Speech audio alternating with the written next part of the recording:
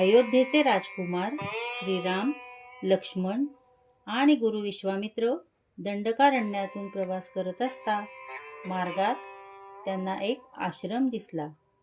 तेथे सर्व काही उदास व निर्जीव वाटत होते. गुरुदेव, हे स्थळ इतकं ओसाड का? जणू इथे जीवनच नाही. आणि तरीही इतके बहरलेले तुळशीचे रोप कसे? आणि ही शिळा कसली? राम, लक्ष्मण, फार वर्षापूर्वी येथे महर्षी गौतमांचा आश्रम होता.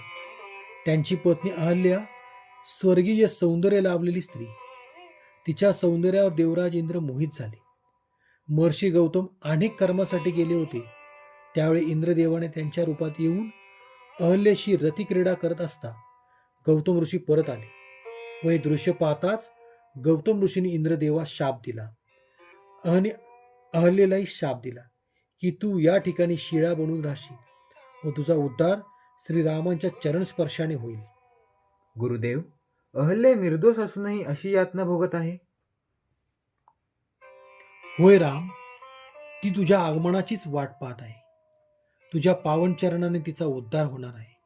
राम, हो पुढे आणि तुझे चरणस्पर्श या पवित्र शिळेला करून अहल्येस मुक्त कर.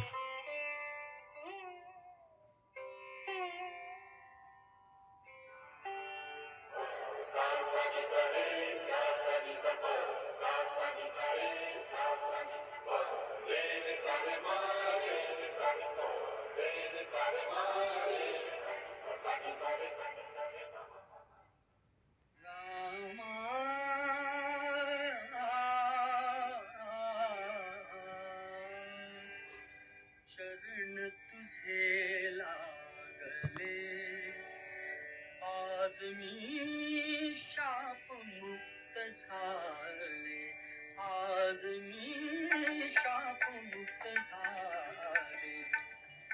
रामा, चरण तुझे लागले, आज मी शाप मुक्त झाले, आज मी शाप मुक्त झाले.